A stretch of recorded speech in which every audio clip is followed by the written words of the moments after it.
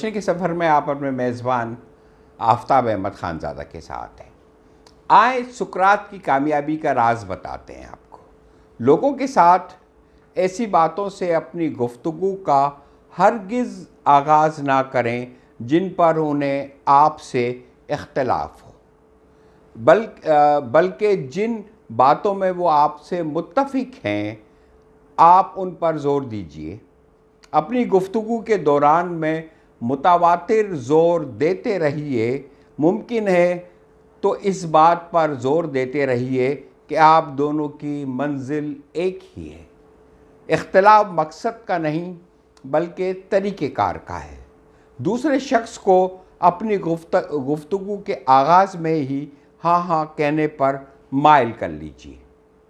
ممکن ہو تو اس کی زبان پر نہیں کا لفظ نہیں آنے دیں۔ پروفیسر اوور اسٹریٹ اپنی مشہور کتاب انسانی طرز عمل میں کہتے ہیں، منفی جواب ایک ایسی شکل ہے جس پر قابو پانا نہایت دشوار ہے۔ کسی شخص کی زبان سے اگر ایک بار نہیں نکل جائے تو اس کی شخصیت کا تمام تر وقار تقاضا کرتا ہے کہ وہ اپنی بات پہ اڑا رہے۔ بعد میں وہ خواہ یہی محسوس کرے کہ اس نے نہیں کہہ کر بڑی بھول کی، لیکن آپ کے روبرو اسے اپنے بیجا وقار خطرے میں نظر آتا ہے۔ ایک دفعہ جو بات منہ سے نکل گئی وہ اس پر لازماً قائم رہنے کی کوشش کرے گا۔ اس لیے یہ نہایت ضروری ہے کہ ہم جس شخص سے بات کریں اس سے شروع ہی میں نفی کی بجائے اثبات میں جواب لینے کی کوشش کریں۔ یاد رکھیں، نہیں کا لفظ منفی لفظ ہے، اس سے جتنا بچا جائے اتنا ہی جس کو کہتے ہیں اچھا ہے۔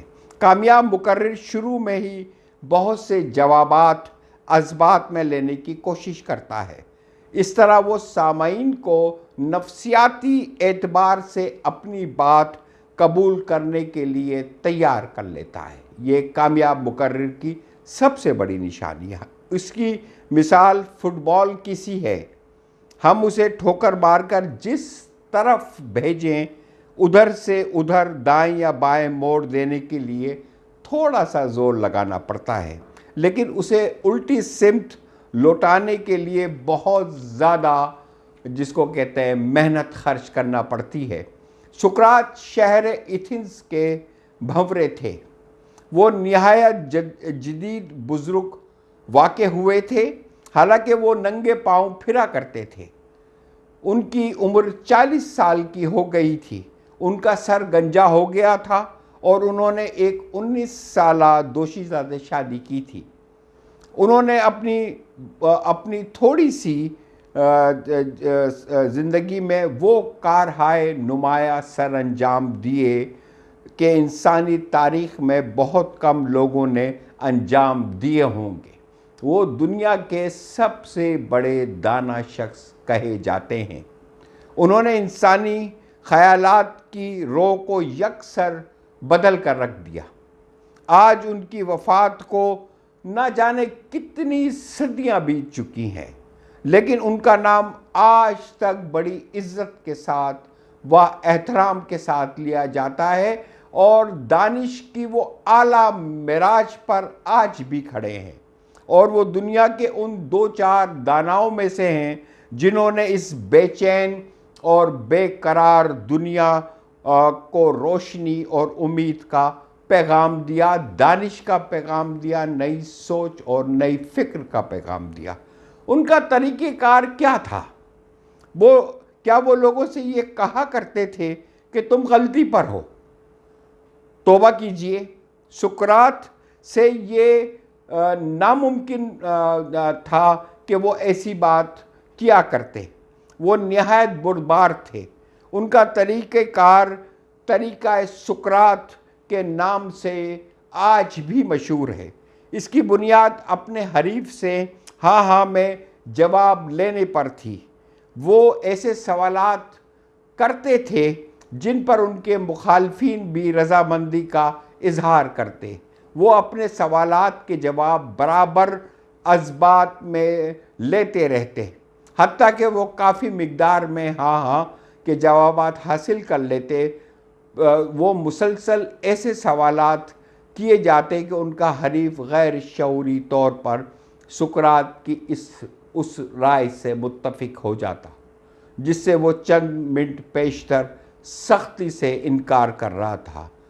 آئندہ ہم کسی شخص کو یہ بتانا چاہیں کہ وہ غلطی پر ہے تو ہمیں ننگے پاؤں پھرنے والے سقراط کو نہیں بھولنا چاہیے۔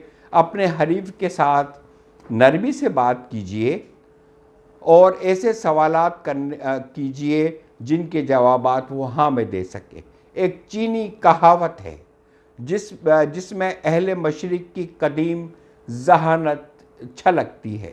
کہاوت یہ ہے، آہستہ چلنے والا زیادہ سفر کرتا ہے۔ تہذیب یافتہ چینیوں نے انسانی فطرت کا 5000 سال تک مطالعہ کیا اور اپنے اندر بے پناہ ذہانت پیدا کی۔ ان کی یہ کہاوت کتنی انمول ہے کہ آہستہ چلنے والا زیادہ سفر کرتا ہے۔ یاد رکھیے، دوسرے شخص کے منہ سے گفتگو کے آغاز میں ہی ہاں کہلوا لیجئے، اور یاد رکھیے یہ طریقہ آج کا نہیں صدیوں پرانا ہے، اور یہ طریقہ سقراط کہلاتا ہے، اور سقراط کی کامیابی کا یہی راز تھا۔ خدا حافظ۔ اپنا اور اپنے پیاروں کا بہت خیال رکھیے۔